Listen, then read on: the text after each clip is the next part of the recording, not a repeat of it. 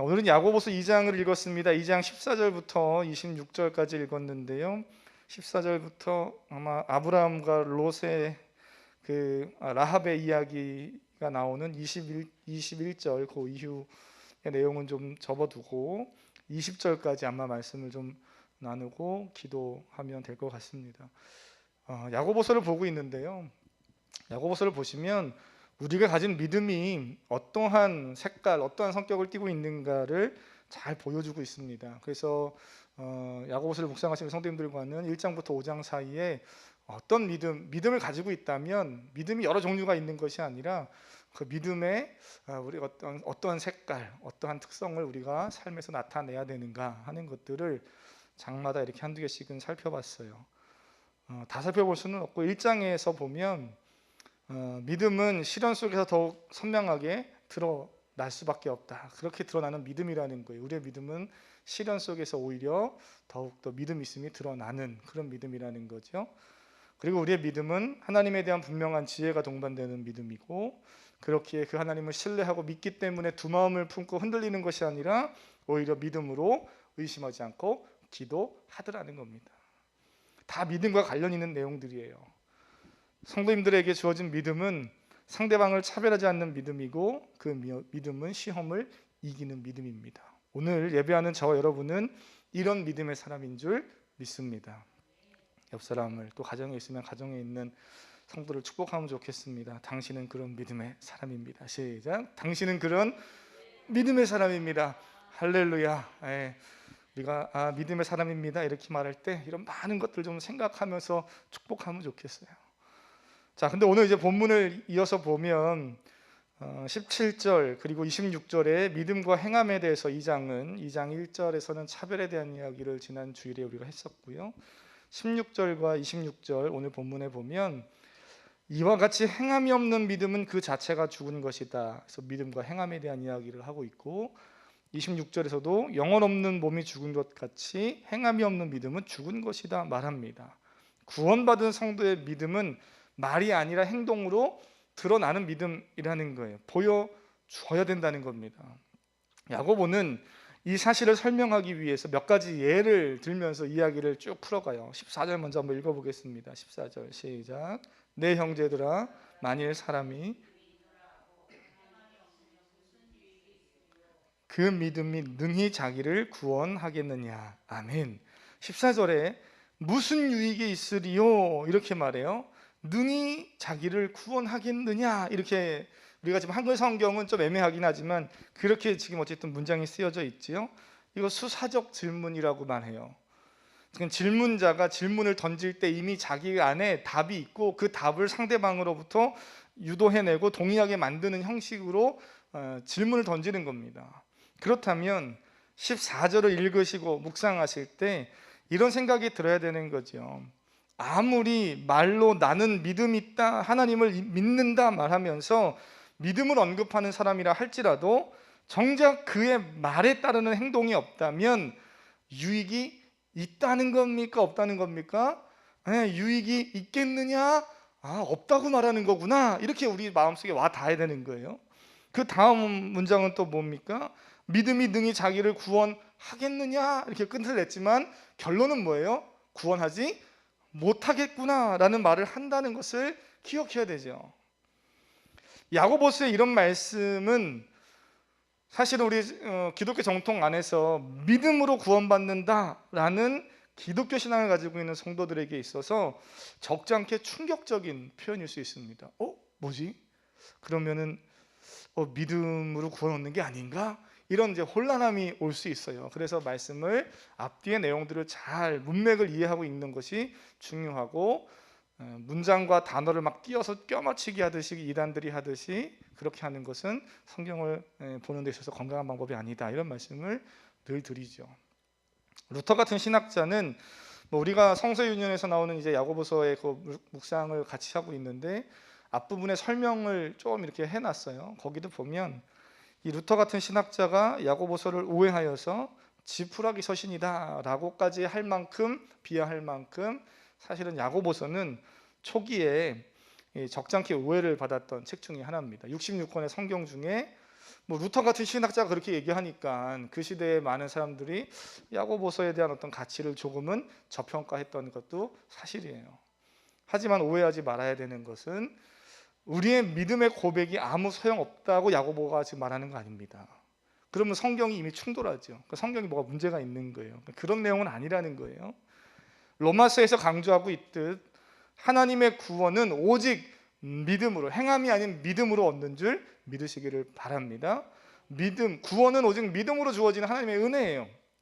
야고보서는 그 구원받은 믿음이 확실한 믿음이라면, 그러니까 너희가 믿지 않는 상황에서 믿음의 단계로 들어가는 그 과정에 있어서 믿음이 아니라 너희가 구원받았다고 말하는 구원받은 이후에 그리스도인으로서 정말 구원받은 자라면, 그러면 그 믿음의 고백에 따르는 행동이 반드시 같이 가는 게 맞다는 이야기를 하는 거예요.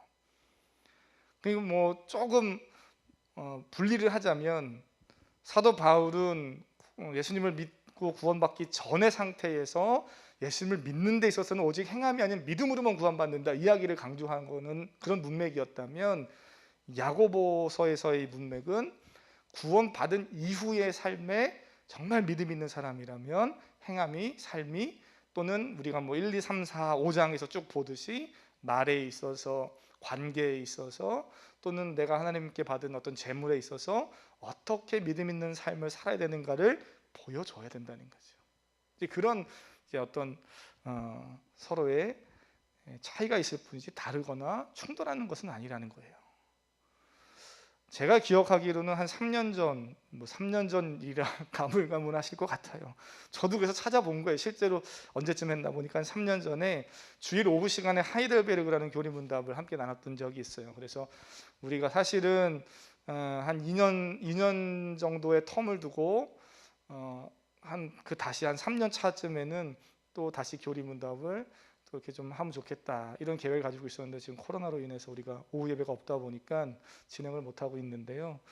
아마 그때 기억 나시는지 모르겠어요. 그때 여러 가지 문항 중에 99번째 문항, 제가 찾아봤어요. 99번째예요. 99번째 문항 보니까 3계명이 요구하는 것이 무엇인가, 10계명 중에 3계명이 요구하는 것이 무엇인가 하면서 10계명에 대한 설명을 하면서 이렇게 정리해 놓은 그 문장이 있었어요. 한번 읽어드리겠습니다. 우리는 저주하거나 거짓 맹세하거나 성급한 서원을 하여 하나님의 이름을 오용하거나 모독해서는 안 됩니다. 또한 다른 사람의 이와 같은 끔찍한 죄악에 대해 침묵하거나 못 본 척해서도 안 됩니다.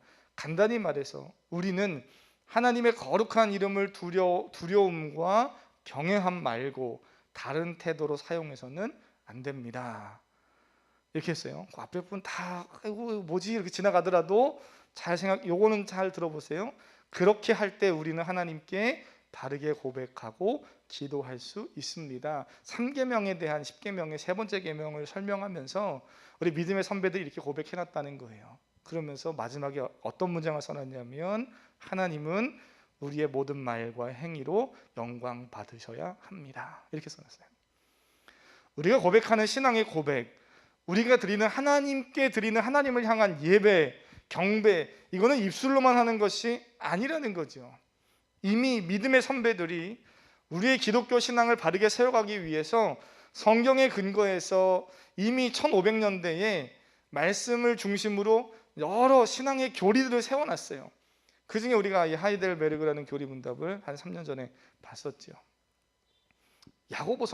야고보는 뭐라고 말하는가? 야고보서에 보면 하나님을 경외하고 경배하는 것을 넘어서 구원받은 믿음의 성도들이 삶에서 믿음을 행함으로써 믿음을 증명해야 된다는 거예요. 사실 믿음은 보이지 않잖아요. 저와 여러분 믿음 있는 성도들인 줄 믿습니다. 할렐루야. 확신을 가지세요. 늘 신앙의 영적인 자부심은 좀 있어야 돼요. 자만심과 교만은 아니어도, 그죠? 그거는 잘못된 거지만 자부심은 있어야지요. 확실하게. 오늘 저와 여러분 하나님 은혜 안에서 예수 그리스도를 믿고 구원받은 하나님의 백성인 줄 믿습니다. 그렇죠. 그런 믿음이 있어요. 근데 그 믿음이 안 보이잖아요. 야고보는 뭐라 그럽니까? 그 믿음을 행함으로 증명하며 사는 삶이 그리스도의 삶이라는 거예요. 그리고 증명돼야 된다는 거예요. 15절과 16절에 아주 단순한 예를 들어요. 한번 15절 16절 뭐라 그럽니까? 함께 있습니다. 만일 형제나 자매가 헐벗고 없는데 너희 중에 누구든지 그에게 이르되 평안히 가라, 덥게 하라, 배부르게 하라 하면 그 몸에 쓸 것을 주지 아니하면 무슨 유익이 있으리요? 이것도 또 무슨 유익이 있으리요? 그러면 유익이 있다는 거예요? 없다는 거예요? 없다는 거죠. 그렇게 하지 말라는 겁니다. 눈앞에 배고파하고 헐벗은 자가 있다면 믿음으로 도와줘야지 생각만 하고 끝낼 수 없다는 거예요. 18절에 또 다른 예를 하나 더 들어주고 있죠. 18절 또 다른 예 뭐라 그럽니까? 어떤 사람은 말하기를 너는 믿음이 있고 나는 행함이 있으니 행함 없는 내 믿음을 내게 보이라. 나는 행함으로 내 믿음을 내게 보이리라. 아멘. 그 18절에 이 표현을 쉬운 성경을 보니까 당신은 믿음이 있고 나에게는 행동이 있습니다. 행동이 따르지 않는 당신의 믿음을 보여주십시오. 이렇게 번역해놨어요. 나는 행동으로 내 믿음을 보여주겠습니다. 야고보서를 오해하면 2장의 오늘 말씀의 이 부분에서 바른 이해를 갖지 못하면요, 믿음만 있고 행함이 없는 사람, 그리고 이게 약간 이렇게 대립되는 구조를 이렇게 설정하는 이런 착각, 오해를 하게 돼요. 믿음이 있고 행함이 없는 사람과 믿음과 더불어 행함이 있는 사람, 이렇게 두 대상이 서로 이 대결 구조를 이루고 있는 것처럼 말씀을 보는 그런 경향이 있어요. 그러나 사실은 그렇지 않습니다. 좀 다른 말로 하면 믿음이 있지만 믿음이 없는 거 아니에요. 믿음이 있지만 아직 행함이 없는 사람과 행함이 없는 믿음과 행함이 있는 믿음, 이 두 개를 야고보서가 지금 이렇게 대조를 이루면서 우리에게 이야기를 하려고 하는가, 이런 착각에 빠지기 쉬워요. 그런데 그렇지 않다는 거예요. 야고보서는 우리에게 믿음 위에 행함을 더하라고 말하는 거 아닙니다. 믿음 위에 믿음의 삶을 더하라고 말하는 게 아니에요. 야고보서는 처음부터 믿음과 행동이 같이 가더라는 거예요. 구원받은 믿음이면 그 믿음에는 행동이 있다라는 겁니다. 그러니까 믿음이 있는데 아직 난 행함이 없어서 내가 좀 더 잘 지나면은, 믿음이 좀 더 잘하면 그럼 행함도 할 겁니다, 이런 거 말 안 된다는 거예요. 처음부터 구원받은 믿음이면, 믿음의 사람이면 행함이 믿음으로 나타나야 되고, 이 같이 간다는 거죠. 그래서 이 더 충격적으로는 믿음이 있다 말하면서 행함으로 믿음을 나타내지 않는 것은요, 믿음은 있는데 아직 믿음의 행함이 없는, 행함 없는 믿음이 아니라는 거예요. 그래서 제가 이렇게 두 단어를 좀 표현해서 말씀드리려고 해요. 믿음이 있다 말하면서 행함으로 믿음을 나타내지 않는 것은 행함 없음이 아니고요, 믿음 없음이라는 거예요. 우리는 착각하죠. 믿음은 있는데 아직 내가 행함이 없습니다. 나 조금 더 성장하고 성숙하면 행함도 있을 거예요. 그러니 나 믿음 없다고 말하지 마세요. 이렇게 말하는 사람들이 많이 있어요. 그런데 야고보는 아예 딱 잘라서 말해요. 믿음이 있다고 당신이 말하고 있고, 그런데 그에 따른 행함이 없다면 죄송하지만 믿음은 있는데 아직 행함이 없는 믿음이 아니라 그냥 당신은 믿음 없는 거다라는 거예요.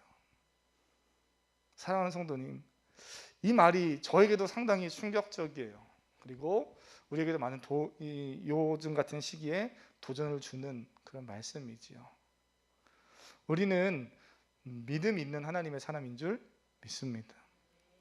그리고 그 믿음을 적어도 오늘 예배하는 성도님들은 삶에서 그래도 그 믿음의 행함을 함께 나타내면서 살아가고 있는 분들이라고 저는 믿어요.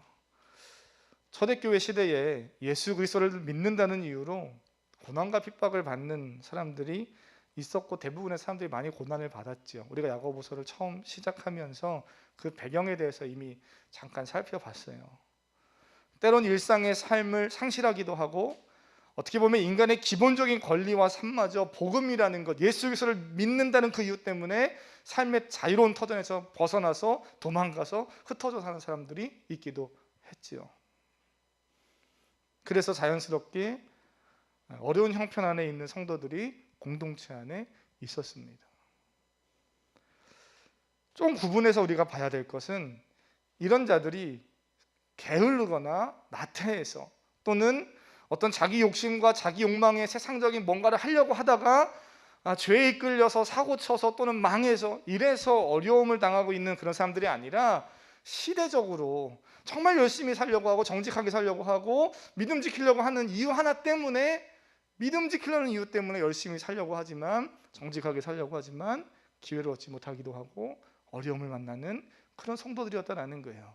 그러니 그냥 이 오늘 본문에 등장하는 어려움 받고 고난 당하는 사람들을 도와줘야 된다라는 이 표현이 그냥 무조건 다 도와줘 이런 개념보다는요, 이 시대 성도들이 지금 어떤 상황에 처해 있는가, 교회가 적어도 믿음으로 살려고 하는데 어려움을 당해서 막 혼자 전전긍긍하고 괴로워하는 성도가 있고, 또 그런 새가족이 있고, 또는 신앙생활을 오래 했지만 아직 믿음이 이렇게 성장하지 못해서 또 정체에 있거나 여러 가지 어려움 가운데 있는 성도들이 있다면 그 성도를 주의 이름으로 사랑합니다, 안아주고 뭐 다 좋은데 그의 어려움을 같이 공감하면서 같이 행동에 줘야 한다는 이야기를 야고보서는 하죠. 요즘 우리가 살고 있는 이 사회 속에도 이 야고보서의 말씀이 참 많은 울림을 줘요. 얼마나 많은 연약한 사람들이 있습니까? 사회도 있지만 특별히 코로나로 인해서 우리 교회, 현재 우리가 사역하고 또 신앙생활하고 있는 교회 공동체 안에, 또 한국의 교회 안에 얼마나 많은 분들이 있어요. 열심히 하려고 하는데, 신앙생활 열심히 하려고 하고 또 열심히 삶을 살려고 하는데, 그런데 그 기회를 얻지 못해서 어려움 당한 성도들도 있습니다. 무슨 뭐 게을러서, 나태해서, 뭐 그래서 죄를 지어서 이래서 어려운 게 아니라 정말 누가 봐도 참 열심히 하려고 하는 분인데 어려운 가운데 있는 성도들이 있어요. 과거에도 그랬고 지금 코로나 시터도 그렇겠지요. 그들을 바라보는 우리의 눈이 어때야 되는가, 우리가 믿음이 있다면 그들을 또 어떻게 바라봐야 되는가 하는 것들을 야고보서는 우리에게 말씀하고 도전합니다. 사도 바울이 로마서를 보니까 이런 말씀을 해요. 형제들아, 내가 우리 주 예수 그리스도와 성령의 사람으로 말미암아 너희를 권하니 너희 기도에 나와 힘을 같이 하여, 이런 표현이 나옵니다. 너희 기도에 나와 힘을 같이 하여 나를 위하여 하나님께 기도해 줘라, 이런 부탁을 해요. 사도 바울이 같이, 함께 이런 표현을 사용해서 권면합니다.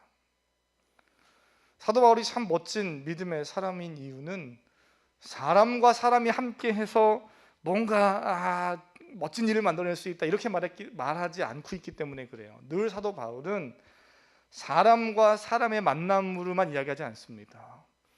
목사님, 세상 사람이 아닌 믿음의 사람과 믿음의 사람이 만나서 같이 하면 그럼 뭐 좋은 일 많이 있잖아요 라고 얘기하시는 분들도 있을 거예요. 물론 그런 믿음이 있는 여러분을 주님의 이름으로 축복합니다. 그 마음 귀한 믿음이고 귀한 마음이에요. 그런데 세상에서 막상 공동체 안에 같이 사역을 하다 보면 믿음의 사람과 믿음의 사람이 함께 뭘 했음에도 불구하고 다투고 또 분열해서 깨어지는 일들이 있는 것을 교회 안에서 보게 되죠. 그래서요, 저는 믿음이 사람이냐 믿음의 사람이 아니냐를 떠나서 사람과 사람이 만나서 하는 일에는 늘 갈등이 있고 분쟁이 있기 마련이에요. 사도 바울이 그래서 그 중심에 누가 있어야 된다고 말합니까? 하나님이 계셔야 한다는 겁니다. 별로 인정하고 싶지 않겠지만 아무리 믿음 좋은 사람이라고 할지라도요, 사람과 사람이 만나서 계획한 일에는 그 일에는 늘 인간적이고 세상적인 문제가 발생해요. 그래서 우리는 늘 뭘 해야 돼요? 하나님 안에서 사람과 사람이 만나야 되죠. 특별히 하나님 안에서 믿음의 사람과 믿음의 사람이 만나서 일을 하는 때 하나님께서 함께 하시고 또 귀한 은혜들을, 열매들을 주실 줄 믿습니다. 그래서 믿음의 사람은 믿음의 사람들과 모임을 하고 또는 교제를 하고 또는 뭔가를 계획하고 무슨 어떠한 일을 진행하든지 사람만 있지 말고 그 안에 하나님이 함께 있게끔 해야 되고요, 말씀이 있게 해야 되고 늘 성령 안에서 함께 기도하며 예배하는 일이 빠지지 말아야 돼요. 그래서 심지어는 야유회를 가도 그곳에서 왜 기도하면서 합니까? 늘 하나님의 계획과 인도하심과 성령 안에서 말하고 생각하고 반응하고 행동하려고 하는 거죠. 야고보서 계속 그런 얘기들을 결국 하는 거잖아요. 요즘 시대에 오늘도 뭐 이제 1,200명이 넘어서 1,300명 가까이 돼서 이제 이번 주일까지만 예배하고 다음 월요일부터 한 2주간은 비대면이라 우리가 참 이런 모임과 대면이 어려운 시기여서 거리 두기를 하고 있지만 뭐 언젠가 이게 풀어지고 이제 좋아지는 날이 온다면 우린 또다시 우리가 기본적으로 해야 될 사람과 사람이 만나서 교제하는 일들에 힘을 써야 되겠죠. 그러나 그럴 수 없는 상황 속에서 할 수 없다고 가만히 있기보다는 마음 속에는요, 오늘 이 마음이 있어야 돼요. 아, 내가 저들과 하나님 중심에서 함께 해야지 하는 마음. 아, 내가 말씀 안에서 성령 안에서 성령의 인도하심을 따라 저들과 함께 해야지 하는 마음. 그 마음이 있으면 자연스럽게 뭐가 나와요? 그 사람을 위해서 기도가 나오기도 하고 그 사람을 위해서 안부 전화를 하기도 하고요. 또 모일 수 있는 상황 안에서 1대1로 만나서 또는 밥을 사주기도 하고 격려하기도 하고 하는 일들을 하게 되는 거죠. 이 마음 자체가 없는 사람은 이거에 대한 관심조차 없고 이러한 하나님의 부르심과 하나님의 콜링 앞에 반응할 수가 없어요. 왜? 마음이 없고 하나님의 마음이 와도 왔질 않으니까요.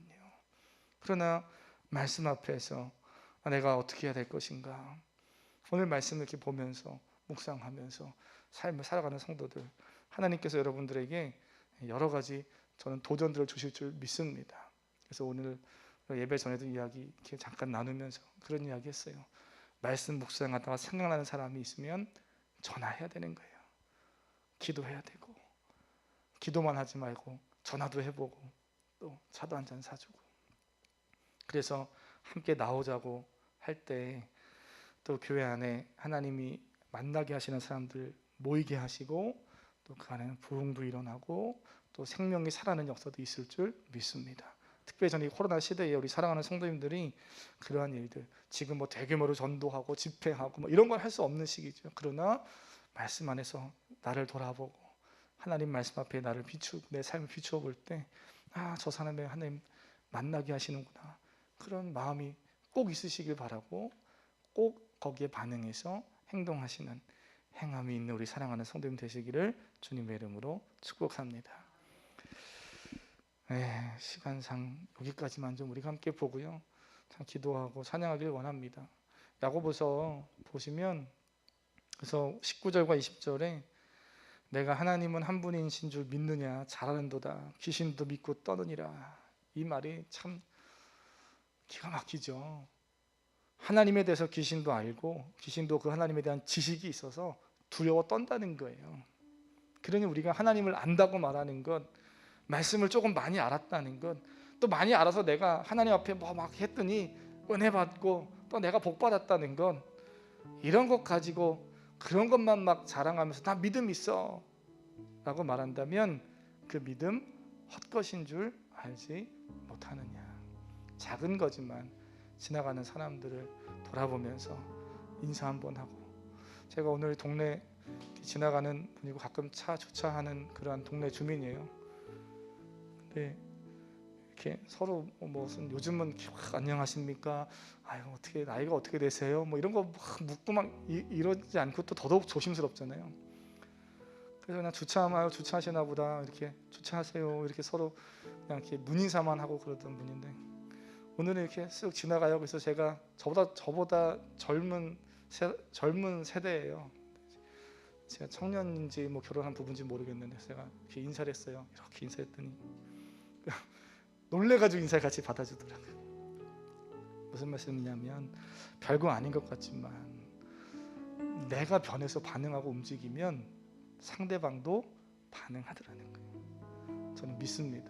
이 시대에 우리 믿음의 성도들이 믿음으로 하나님 앞에 예배하며 나아갈 때 그것이 삶이 예배가 될 때 귀한 일들이 많이 일어날 줄 믿습니다. 그래서 이 찬양을 좀 함께 고백하려고 합니다. 하나님, 다 예배하기 어려워한다고 하는 때고 주일 예배 하나 지키기도 참 힘들기 어려운 때인데, 그런데 이런 상황에서도 믿음으로 예배하려는 분들이 있고 그 예배가 교회 예배를 넘어서 교회 밖을 넘어 사회로 가정으로 나가려고 하는 믿음의 사람들이 있습니다. 하나님, 저들을 통해 새로운 생명의 역사를 있게 하여 주시옵소서. 우리 그런 마음으로 서로 축복하면서 격려하면서 주여 한번 부르고 이 찬양 후에 기도하고 나라와 민족을 위해서 기도하도록 하겠습니다. 함께 찬양하겠습니다.